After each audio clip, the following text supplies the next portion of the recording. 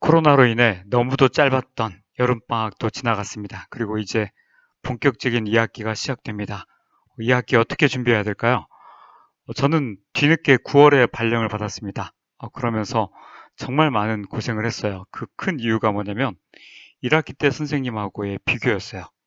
아이들 일기장에다가 제가 보는 걸 아는데도 가짜 때문에 너무 힘들다. 진짜가 그립다. 저는 누가 진짜인가 했어요. 저처럼 젊은 선생님보다 훨씬 더 정을 주는 옛날 선생님을 좋아한다는 게 정말 비참했어요. 그래서 더욱더 힘들었던 2학기였지만 생각해보면 2학기에 준비될 때는 좀 더 편하게 시작하는 것이 좋습니다. 이미 이전 1학기에 그런 지내왔던 생활을 아이들한테도 물어보고 큰 변화 없이 1학기에 시스템을 그대로 가져가는 것이 더 좋습니다. 학급 경영을 저희는 이렇게 얘기를 해요. 종종 수업을 제외하고 수업을 도와주기 위한 모든 조건을 정비하는 활동. 좀 더 구체적으로 얘기하자면 문학진 씨 같은 경우는 이렇게 얘기합니다. 학급 담임과 학생들이 학급 교육에 대해 공동의 목표를 설정하고 목표를 달성하기 위해 노력하는 일련의 봉사활동. 그렇다면 되물어 볼게요. 이미 한 학기를 보내셨다면 아이들과 함께 우리 반에서 함께 이루고 싶은 공동의 목표가 있습니까? 종종 아이들에 대한 높은 기대를 가진 분들이 많습니다. 우리 반 아이들하고 이것도 하고 싶고 저것도 하고 싶고. 그런데 더 높은 4단계 교사들은 아이들보다 자신에 대한 높은 기대가 있습니다. 스스로에 대한 높은 자존감, 그리고 이것만큼은 내가 하면서 하루를, 한 달을, 한 해를 보내겠다고 생각합니다. 선생님은 반 아이들과 어떤 교육을 만들고 싶고 어떻게 생활하고 싶은지 이야기를 나눠 보셨습니까? 네 가지 습관을 부탁드리자면 이것만큼은 꼭 부탁드리고 싶어요. 첫 번째, 애정이 있는 교사가 되기 위해서는 첫 번째는 이겁니다. 교실에 들어오는 아이들 한 명 한 명과 눈 마주치며 인사했는가. 예전과는 달라요. 예전에는 저희 4H라고 그래서 hello 하면서 how are you? 그 다음에 하이파이브 앤 핸드쉐이크 이렇게 악수나 또는 하이파이브를 하면서 서로의 이런 스킨십으로 좀 더 편하게 됐지만 지금은 그런 시대가 아니잖아요. 그래서 한 명 한 명 대신에 들어올 때 꼭 하던 일을 멈추고 어, 2단계 서바이벌 단계 교사들의 특징이 30%의 교사들은 컴퓨터를 하느라고 아이들을 쳐다보지 못한다고 합니다. 아침마다 아이들이 들어올 때 무기력의 비밀에서 김현수 선생님이 하신 것처럼 환대해야 됩니다. 나를 반긴다면 가만히 앉아가지고 내가 하는 일이 바쁘고 누가 들어온지도 모르고 지내면 안 됩니다. 아이를 진심으로 믿고 존중한다면 하던 일 잠깐 멈추고 들어오는 아이들 하나하나 문까지 가서 또는 문에 들어온 아이들하고 눈을 마주치면서 인사하는 것이 중요합니다. 안녕? 잘 지냈어? 몸 괜찮아? 이 한마디 한마디가 중요합니다. 하와이라고 했죠. 어제 배탈 났는데 오늘은 배 괜찮아? 이번에 생일인데 생일 선물 뭐 받은 거 있니? 이렇게 사소한 것 같은 아이마다의 이런 친절, 사소한 일상이 아이들에게 더욱더 깊이 관계로 다가갑니다. 그래서 늘 이 질문을 스스로에게 해보시는 게 좋습니다. 아이들이 지금 방과 후에 집으로 가는 길에 갑자기 기자가 찾아와서 묻습니다. 오늘 선생님이 여러분에게 따로 관심을 표현해 준 적이 있었어요? 라고 물었을 때 아이들이 예 하고 언제요? 라고 했을 때 대답할 수 있으면 선생님은 잘하신 겁니다. 선생님은 제가 만난 모든 선생님들은 아이들을 사랑하십니다. 하지만 돈 보스코 성자가 얘기한 것처럼 아이들을 사랑하는 것만으로는 부족합니다. 사랑받고 있다는 것을 아이가 알게 해줘야 됩니다. 선생님이 달라졌어요라고 하는 EBS 다큐프라임 방송에서 그때 교실을 용감하게 열었던 분이 전라남도 일정연수 강사로 와서 이런 얘기를 합니다. 제가 EBS 선생님이 달라졌어요 프로그램에 출연하면서 가장 좋았던 것이 바로 아침 인사였습니다. 아침에 컴퓨터를 켜고 교탁에 앉아 차를 마시면서 아침 시간을 보냈지만 아이들과 아침 인사를 하면서 하루의 시작부터 행복을 느끼게 되어 정말 좋았습니다. 아이들과 처음 만나는 인사, 사실 어색할 겁니다. 3월 시작할 때, 또 9월 처음 만나가지고 시작하는 분은 어색하겠지만 이게 습관이 됩니다. 자연스럽게 어색하지만 먼저 웃으면서 말을 건네주는 것. 이런 태도가, 매너가 아이들에게 전달이 됩니다. 두 번째는 교실 앞을 떠나서 아이들 곁으로 다가가자는 겁니다. 선생님이 달라졌어요. EBS 다큐프라임 책을 보면요. 교실이 무너진 교사들의 특징들이 거의 30% 가까운 교사들의 특징이 교실 앞에서만 왔다 갔다 합니다. 물론 저희도 피곤하면 의자에 앉아 있죠. 하지만 교실 앞에만 서 있는 교사는 아이들에게서 마음이 멀어진 교사의 특징이기도 합니다. 마자노의 논문에 보니까 이런 문장이 있습니다. 수업 중 돌아다니며 피드백을 제공해주면 약 37% 이상의 학업 성취도 향상을 가져온다.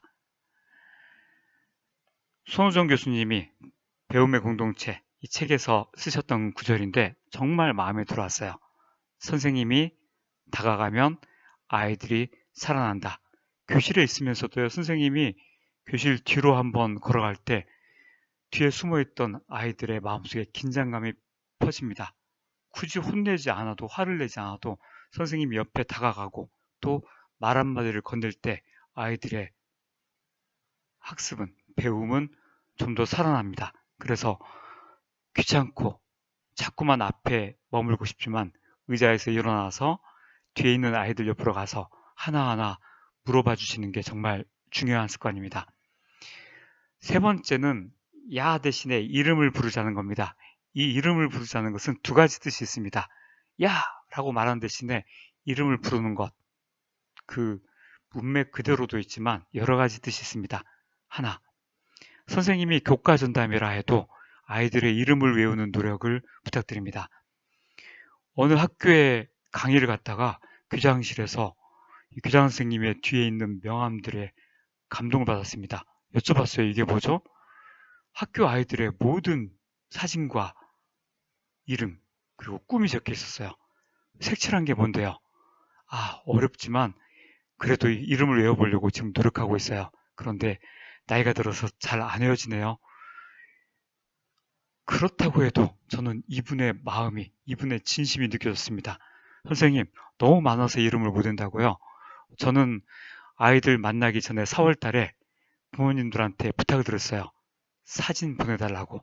그리고 사진으로 아이들 이름을 일찍 다 외워버렸어요. 매일매일 카드를 만들어가지고 넘기고 넘기면서 그 부모님들도 딱 사흘 만에 아이의 가장 예쁜 사진을 보내주셔서 더 쉽게 아이들 이름을 외울 수 있었습니다.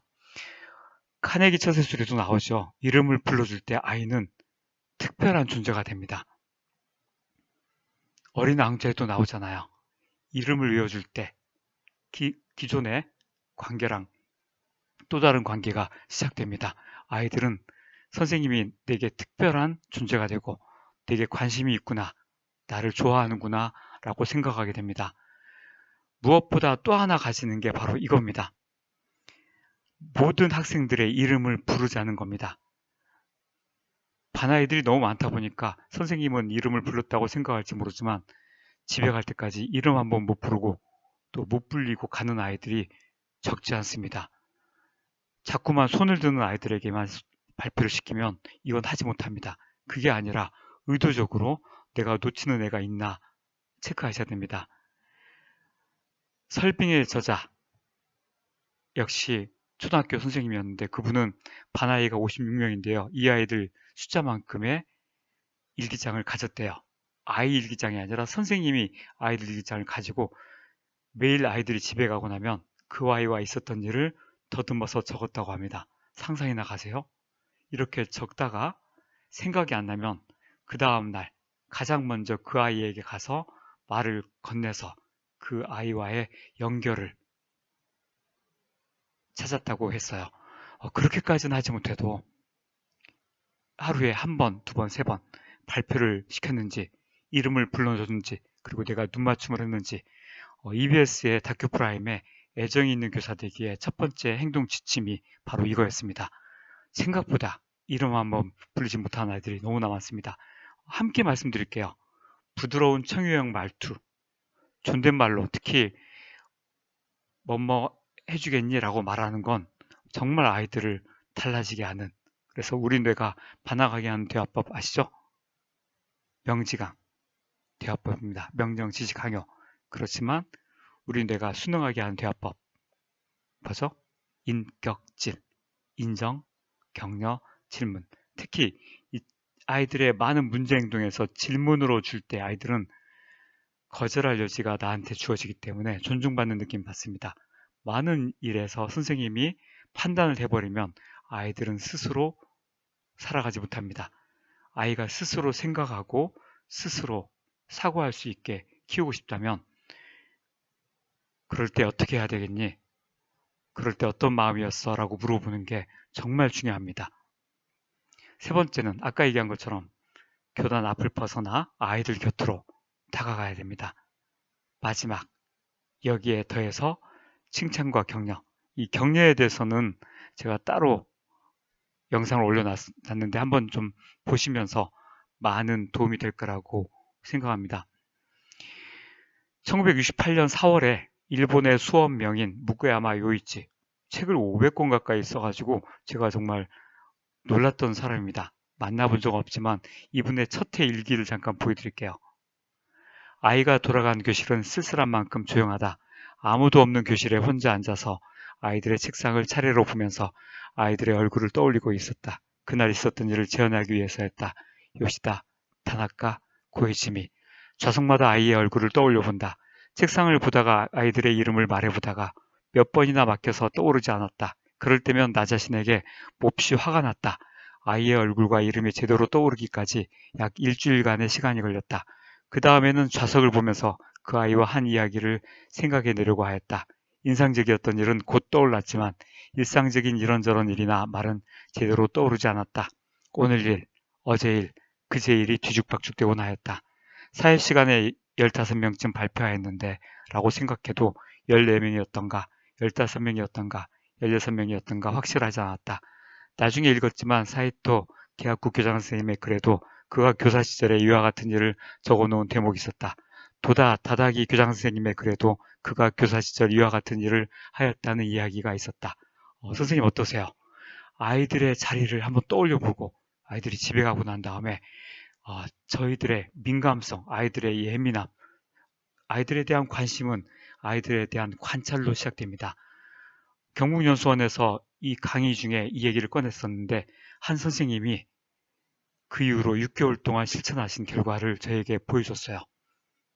직접 일지를 만들고 매일매일 아이와 있었던 일을 적었던 이 선생님 보면서 저는 엄청난 감동을 받았습니다. 이제 2학기입니다.